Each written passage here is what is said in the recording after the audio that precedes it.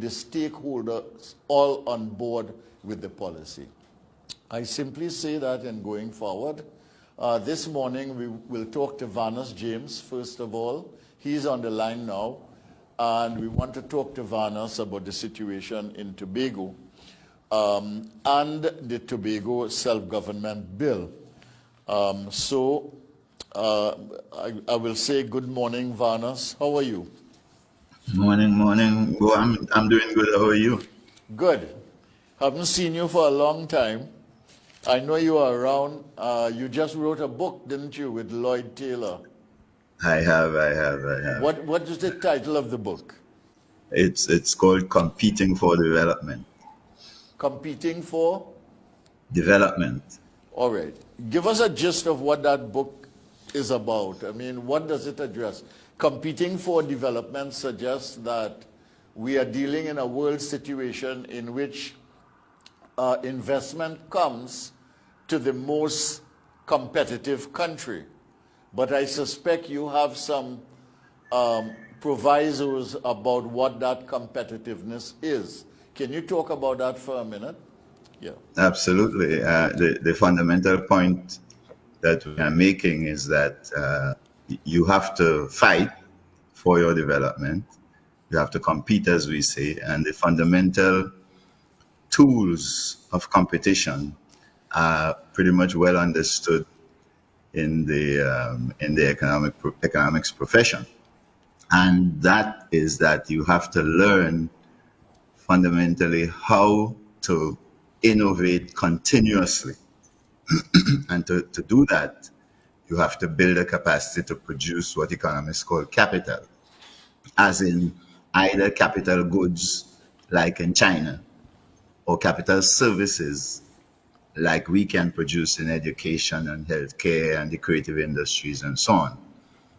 And if you neglect those, then you will not have the capacity to hold your own in the global competition for development opportunity. That's the fundamental point that we are making. That issue has not been well addressed in the profession, and we thought we would fill that gap. I thank you for the work that you are doing. I know you are a very industrious person. That is to say, your mind is always at work.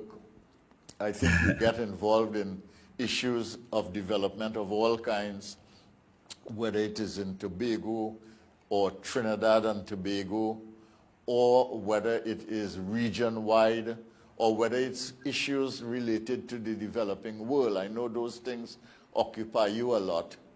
And we're glad to see the output. That is to say, a lot of people think about things, a lot of people wrestle with things, but you don't see the manifestation of output.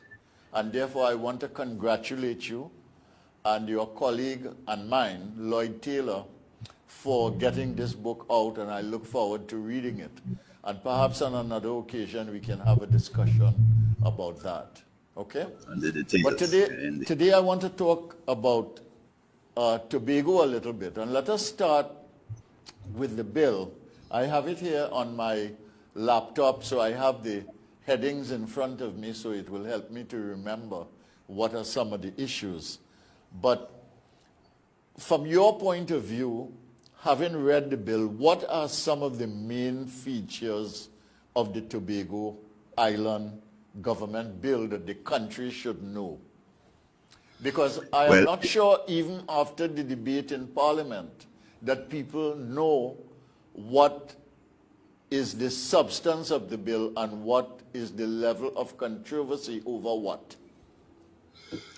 Well, the fundamental position of Tobago is that the Parliament should pass no bill, no law, telling Tobago how to govern itself. The Parliament ought to simply provide Tobago the right to design its government the way it wants, and leave it to do that, just the same way you provide Tobago the right to set up an economy on the national account on behalf of the nation and run it properly.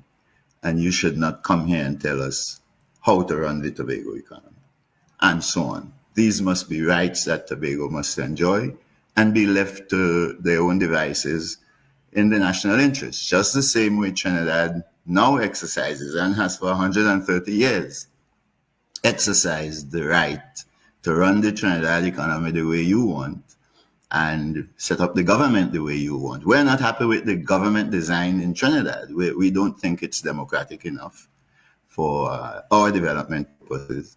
And we want the right to design a democratic government that will allow us to pursue development in Tobago on behalf of the nation, and maybe teach you in Trinidad a few lessons about how to set up a democratic process that fits the needs of our citizens.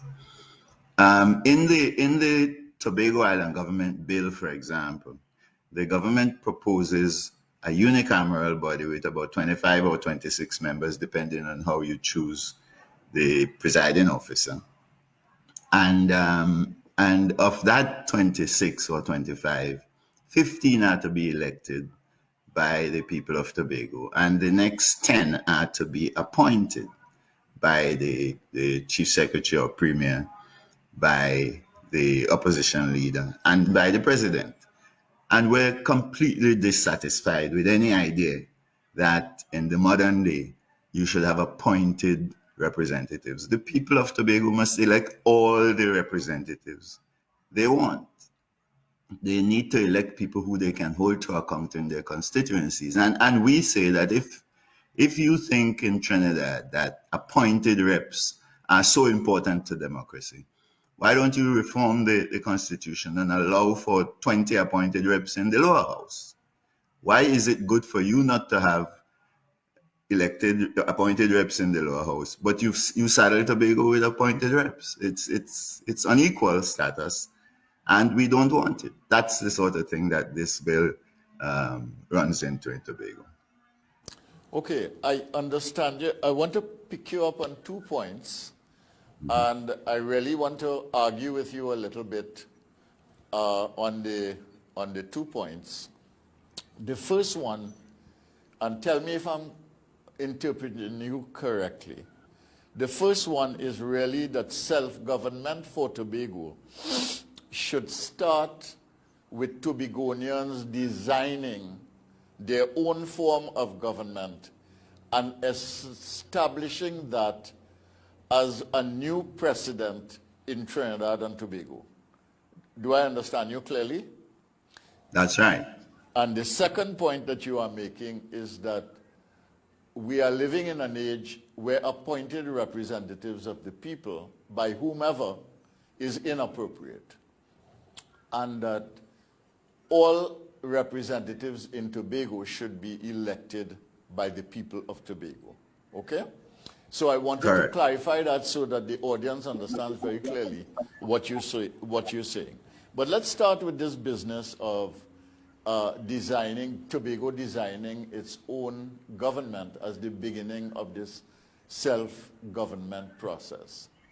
I mean, the Parliament of Trinidad and Tobago is not the Parliament of Trinidad, it is the Parliament of Trinidad and Tobago.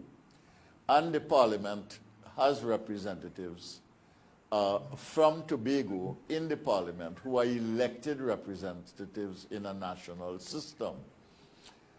Is it not reasonable for the Parliament of Trinidad and Tobago to have a say in the transition process of Tobago from its current constitutional and political state to whatever is the new formula for governance?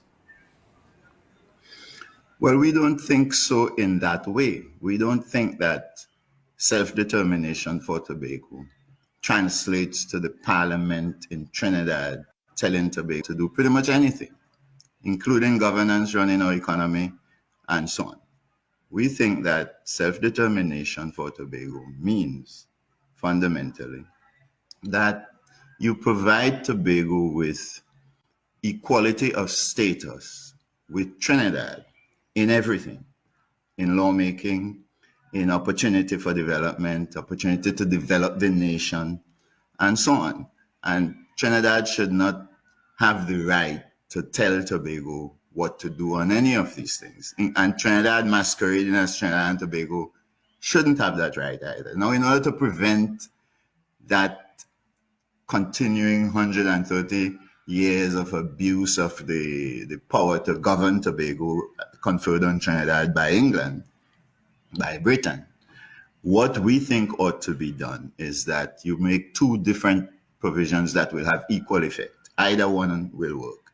One is you give the Tobago Island government the right of concurrence whenever Trinidad and Tobago is making any law that will have any effect on Tobago. And if you do that, then we could talk a little bit about how Trinidad and Tobago can participate in any lawmaking process Tobago is involved in.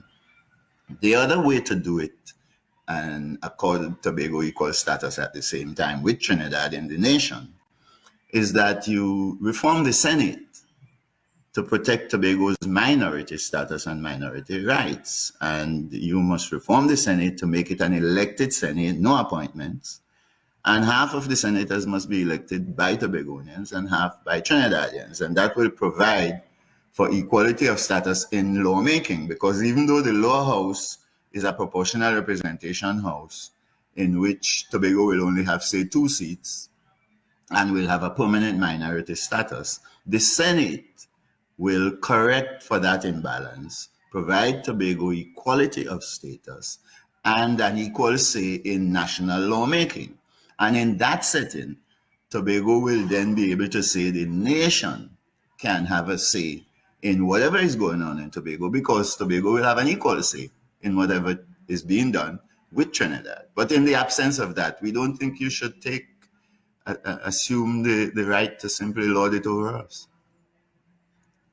I concede for a moment that there is value in what you are saying in terms of your suggestion of the approach that should be taken nationally in giving, in creating the conditions in which Tobago self-determines its future from the very beginning in the construction of a constitutional and political apparatus for governance. How do you see the relationship between Trinidad and Tobago as two equal island partners?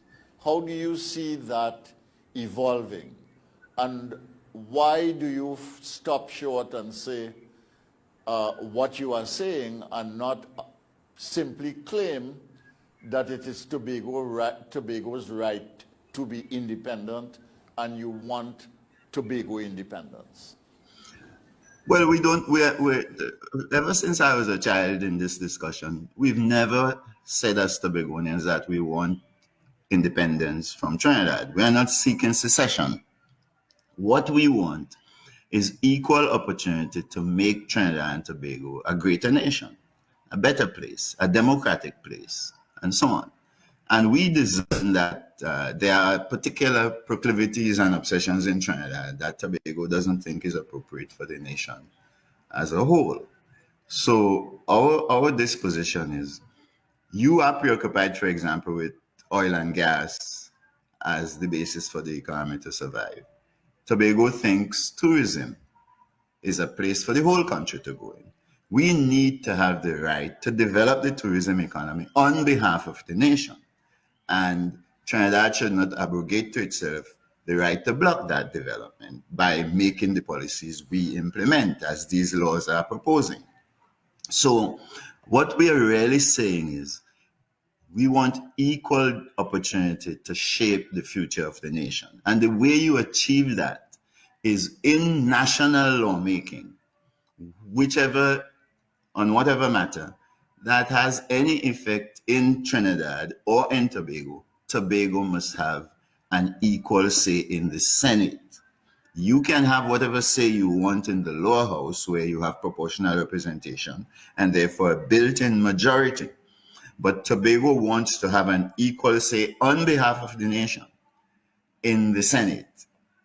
Or we need you to understand that because you have different priorities to us, and your priorities have locked us into a situation where right now you just in your preamble talked about a foreign exchange crisis. We think if we were allowed to develop the Tobago economic potential, we would have no foreign exchange crisis. Look at the Cayman Islands with 60,000 people living up there. They're producing 83,000 US dollars per capita annually based on tourism and a financial capital producing sector. We think that if we are given the opportunity to develop Tobago, we will take Tobago down the road of the development of our capital sector, and we could match Cayman Islands. You are producing 18,000 US dollars per capita with your obsession with oil and gas. So, we have fundamentally different culture spheres, different interpretations of what's possible, different proclivities to bold development pursuits, and we want the right to pursue them on behalf of the nation. We're not talking about secession. We're talking about developing Trinidad and Tobago, but we want to have a say in how it's done, a proper say, an equal say. On the question of economic prosperity and the role of tourism and the comparison with Cayman Islands, I want to agree with you. I mean, Bermuda, for instance, which is 1/5 the size of Tobago, has a per capita income of about 60,000 US. They're doing very well. And it's basically, it's a West Indian island is what it is. And it is doing that on the basis of tourism and again on financial services. So the economic path that you take can make a difference, and I do think that it is possible for Tobago to have a per capita income on its own of about 60,000 US over time. Let's say over 2 decades, I think you can achieve that, certainly. But I want to get to two very challenging issues. And remember, I'm discussing with you and arguing with you. I am arguing with you because they are important issues, and I think we need to clarify them for the public. And if it was somebody else, I probably wouldn't raise these issues in the public sphere like that. But I know that you and I can handle it. And so I want to raise these questions because they are important. Now, the kind of change that you are advocating, first of all, in the constitutional and political,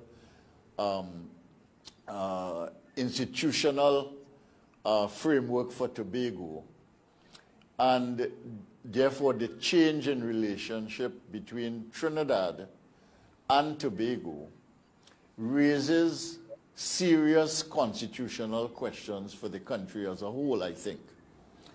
And it raises serious questions about the political system and the political party system, which is a consequence of the constitutional framework within which we govern for the nation as a whole, and certainly for Trinidad as an island.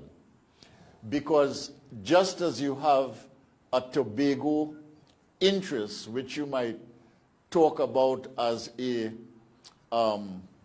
an island interest, in Trinidad, you have a number of interests which can be identified in very, very precise ways.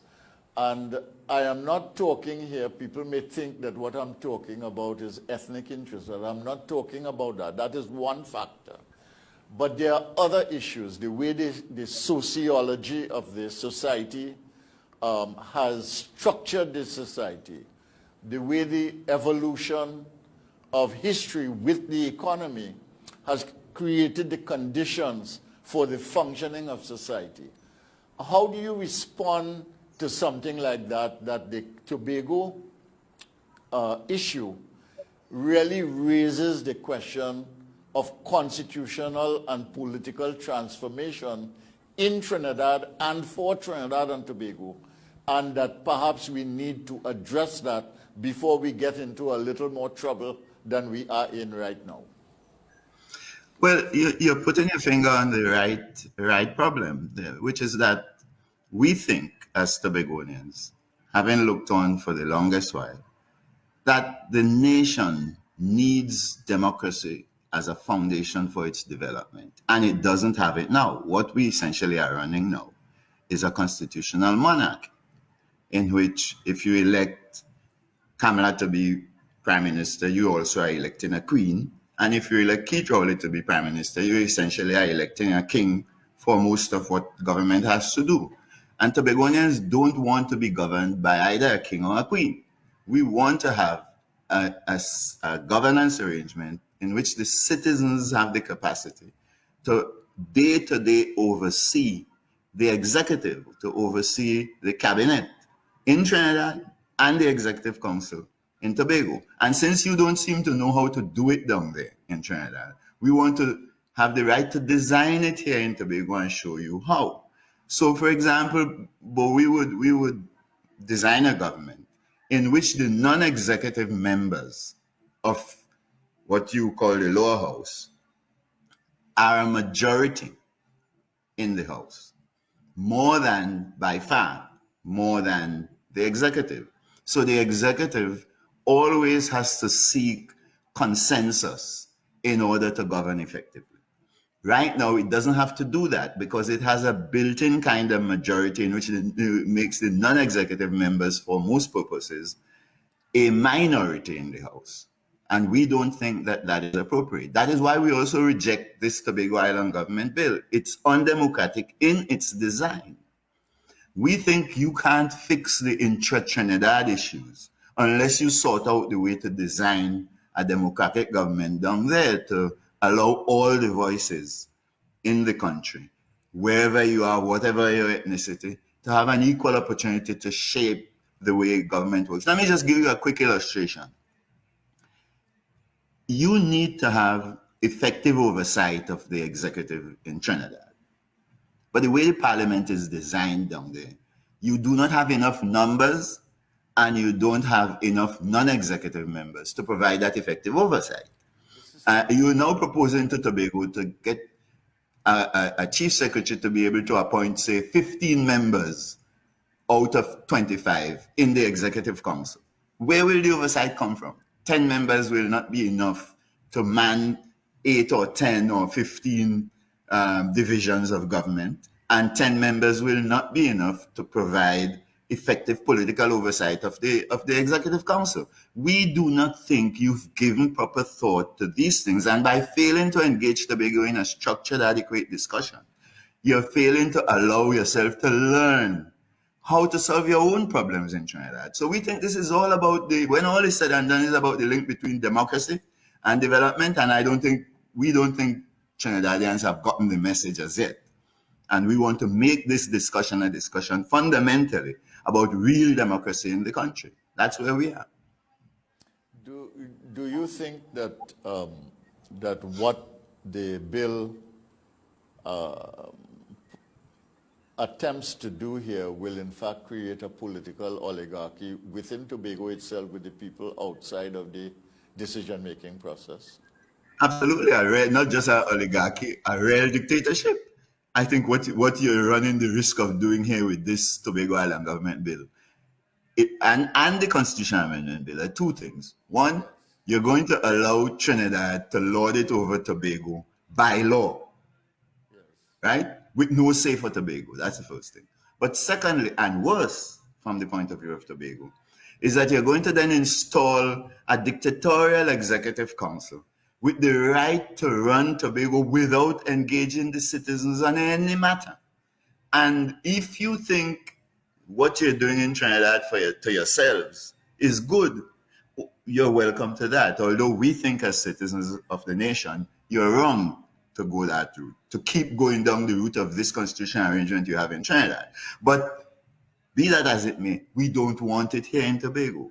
We want to have a situation in which the ordinary citizen can have a voice. I went to the supermarket yesterday and a lady came up to me and she said, "Vanus, tell them you're talking for me. I, as a citizen, want to have a say in how this executive council works." Yes. And they have no say now under this bill if it were passed.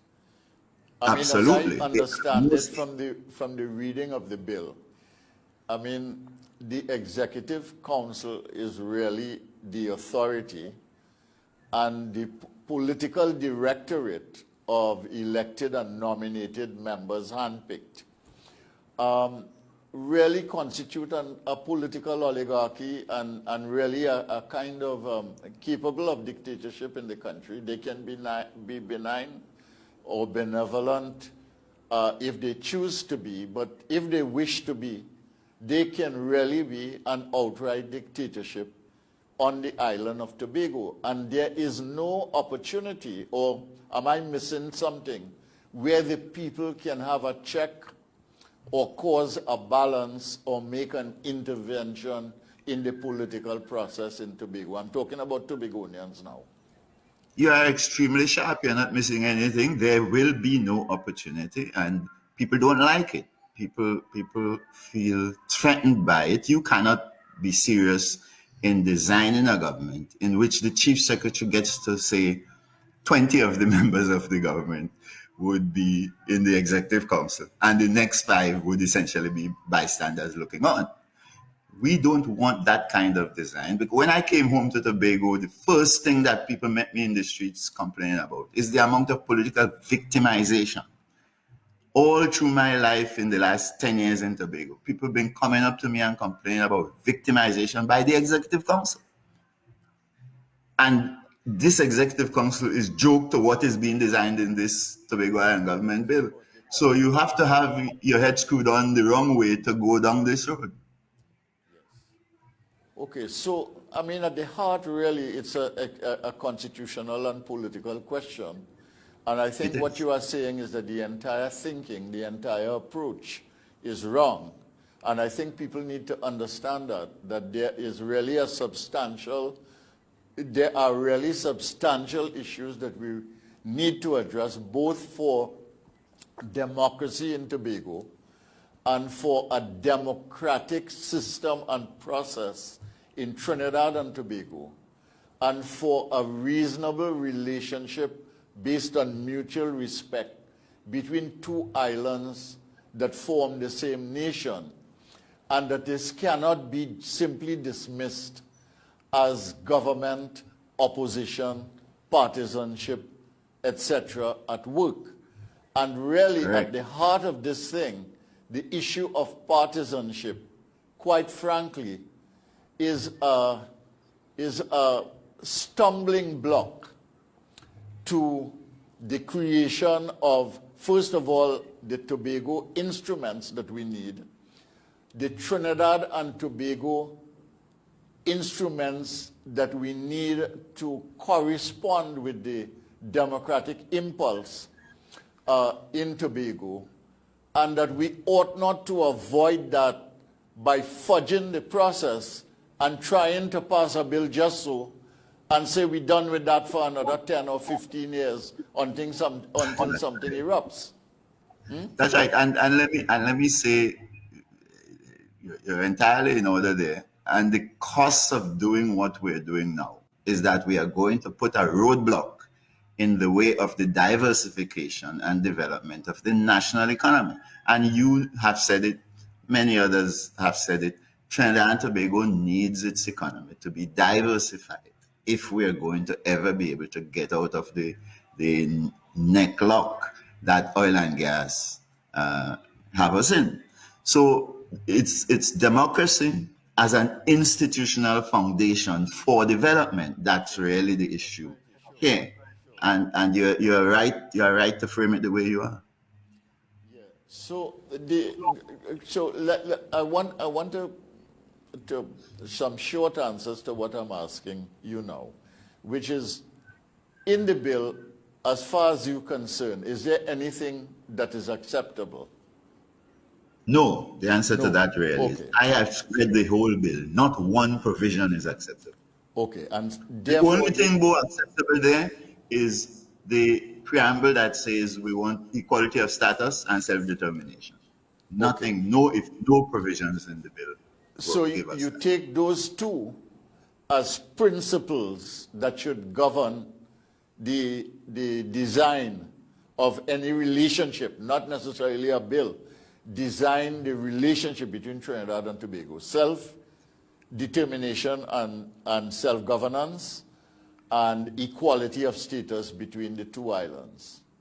Correct. And we think that if you understand what you mean by those, Yes. you are also on the way to reforming the national government in the national interest, in the interest of Trinidadians. Well, I have a deep interest in that because it makes no sense to treat Tobago as a sideshow and try to solve that by fixing a little thing here and there.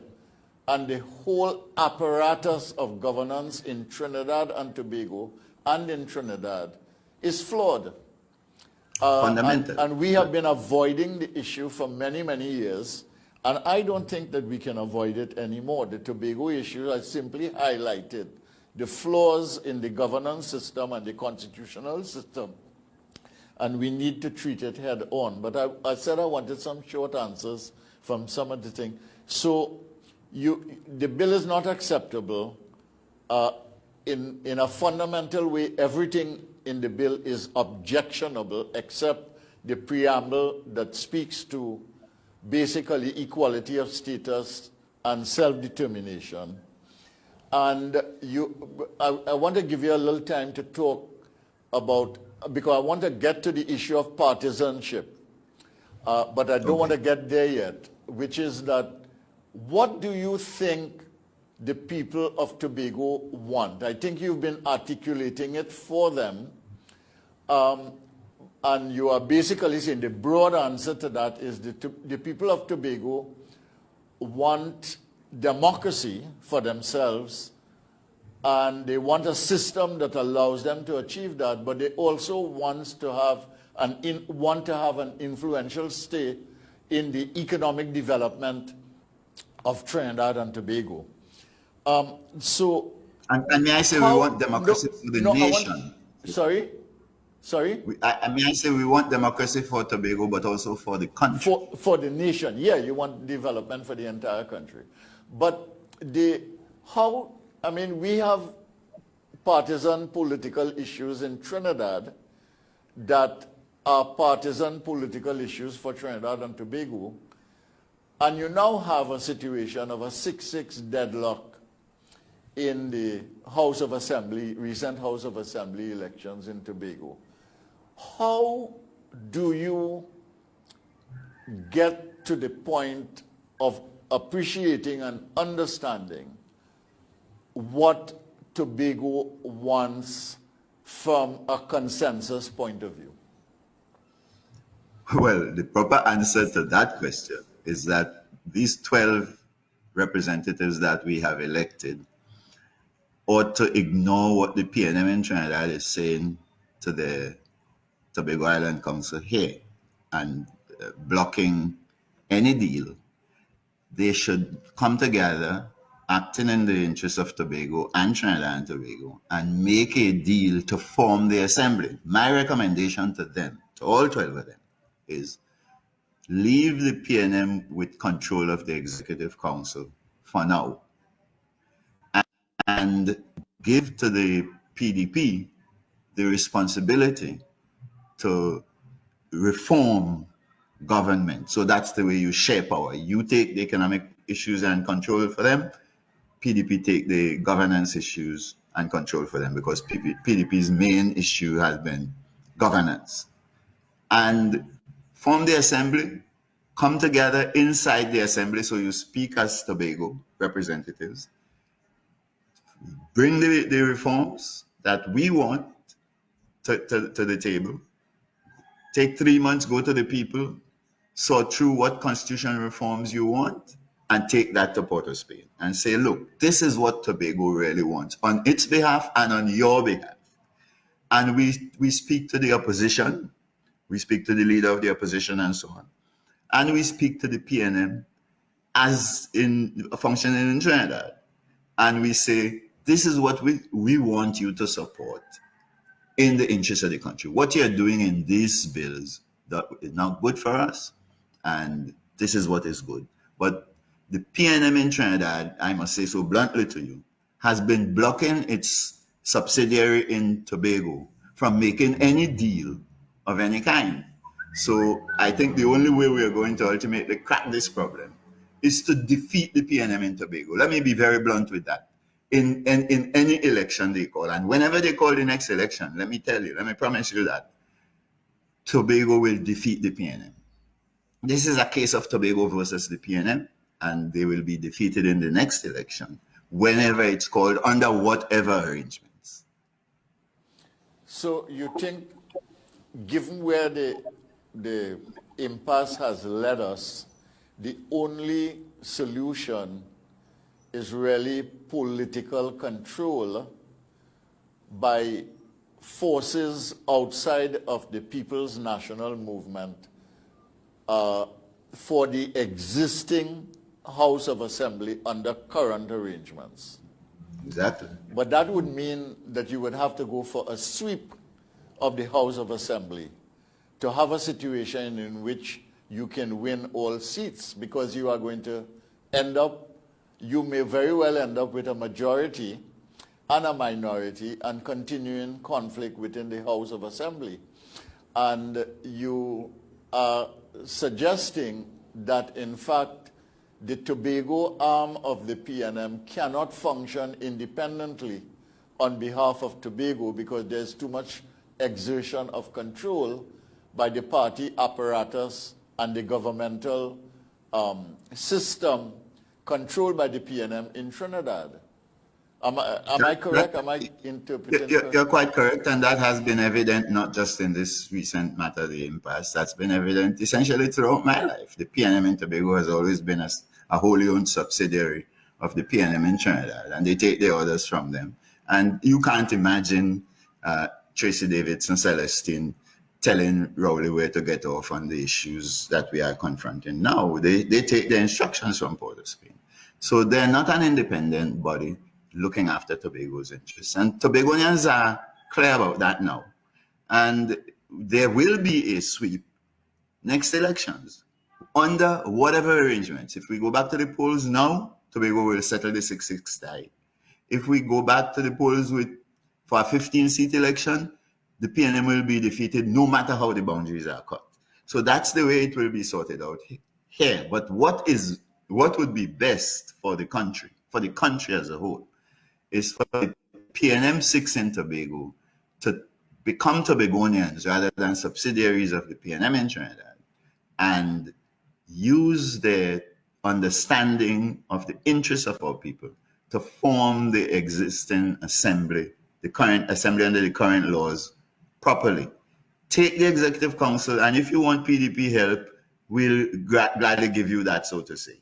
But give the PDP the responsibility to take on the reform of government. And after 3 months, PDP will come back as part of the assembly with a proposed constitutional reform bill. That's the best for the country. But I don't know how we persuade the PNM in Tobago to act that way, because they are really a colonized bunch. I'm going to close on a very hard question. All right. Yes. And in a fundamental way, it's an explosive question. And it is this.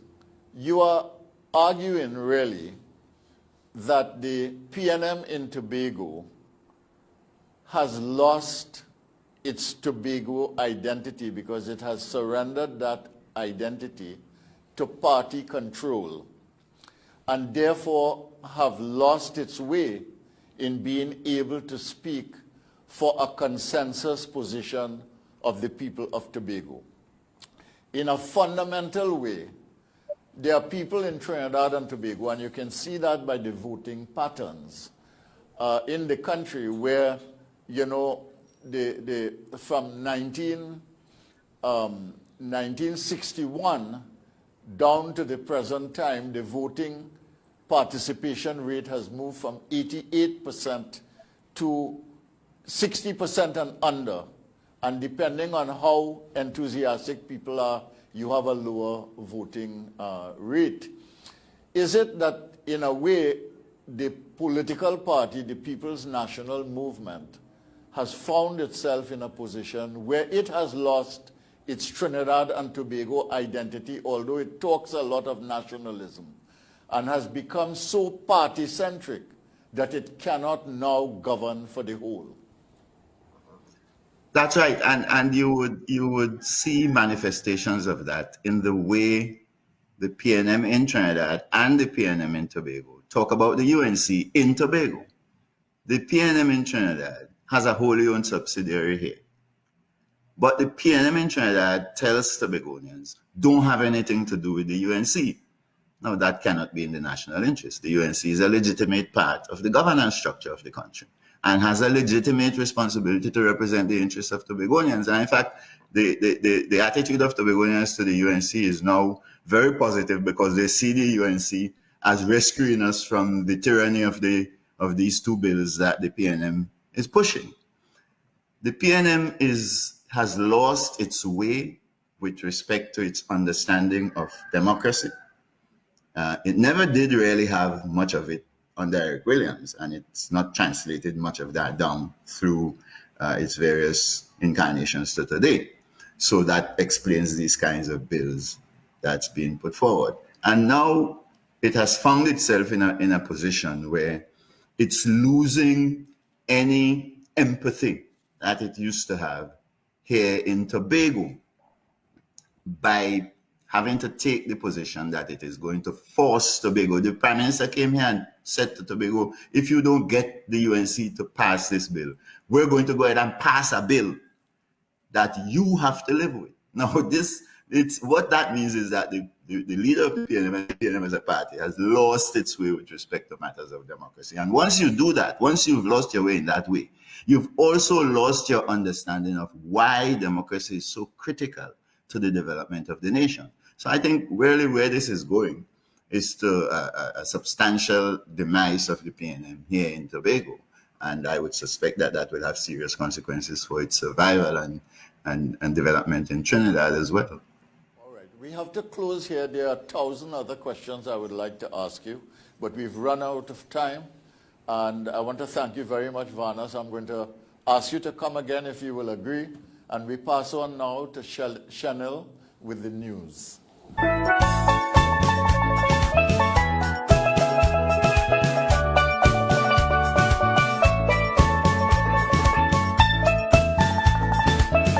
Multicultural Television, bringing you back.